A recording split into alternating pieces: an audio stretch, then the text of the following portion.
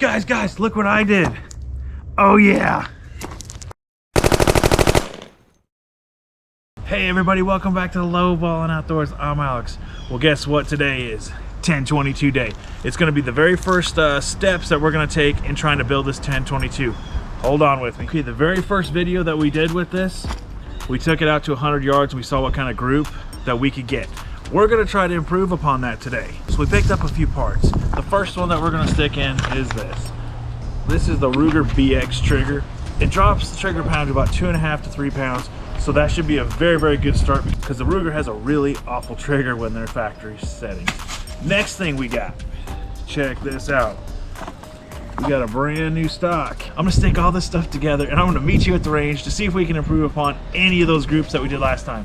I'll meet you there. We're at the range finally. We got everything installed so far.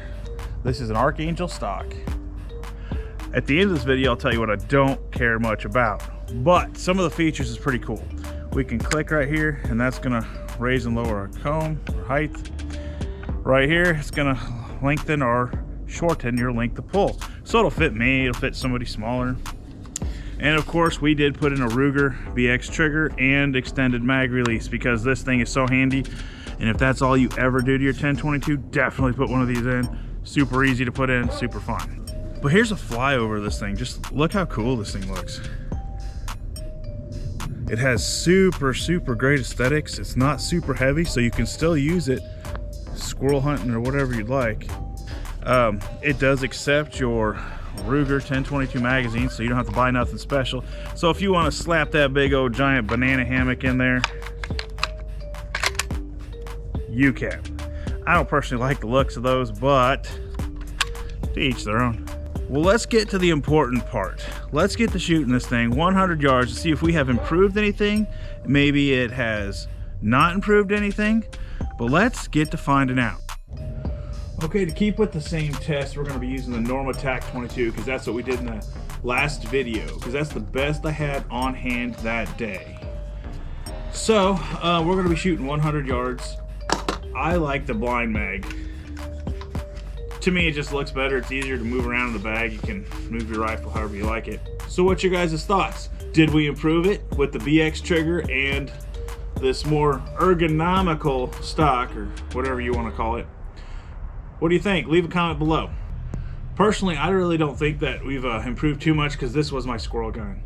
I've had this thing for a long time. I've shot it a ton of times at little tree rats running around. So I was pretty used to the old trigger. So to me, it's gonna be super interesting to see if that BX trigger, which does pull a whole lot lighter. I mean, it's probably, I think the box had 2.5 to 3 pound pull, which is pretty good because I still wanted to maintain this for a squirrel rifle if I wanted to. So it's gonna be interesting even to myself. All right, we're going hot. Now we do have a slight crosswind down there, so let's take that into consideration. Got ourselves all dialed up for 100 yards. Here we go.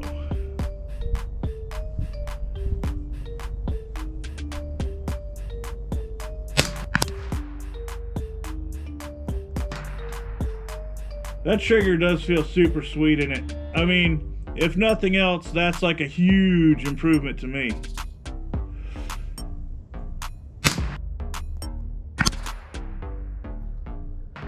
The stock is rather comfortable to shoot from.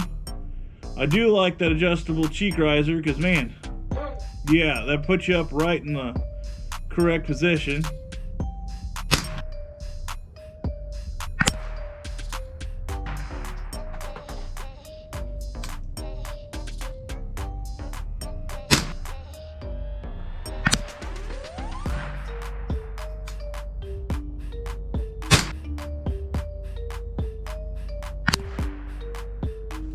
Of course, the 1022 is just a fun little rifle just to shoot and play with, have a good time with.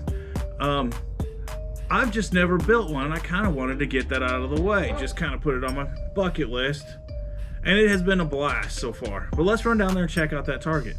All right, guys, this test is super interesting. Check this out. Here's what we did. I think I missed one right down here, which I don't think the camera could even see where that hit. But really, it really didn't improve us a whole bunch. but that's okay because we got a barrel on the way that will help us improve it. I can't wait to give it a try. Okay guys, you guys saw what it did on the bench. It really did about the same as I figured, but like I said guys, this was my squirrel rifle. I've used this thing for years and years, so I kind of knew how it was going to do already, and I do shoot a lot of stuff with light triggers, so not too bad. I mean, it's still 10/22 accuracy. I do have a barrel coming.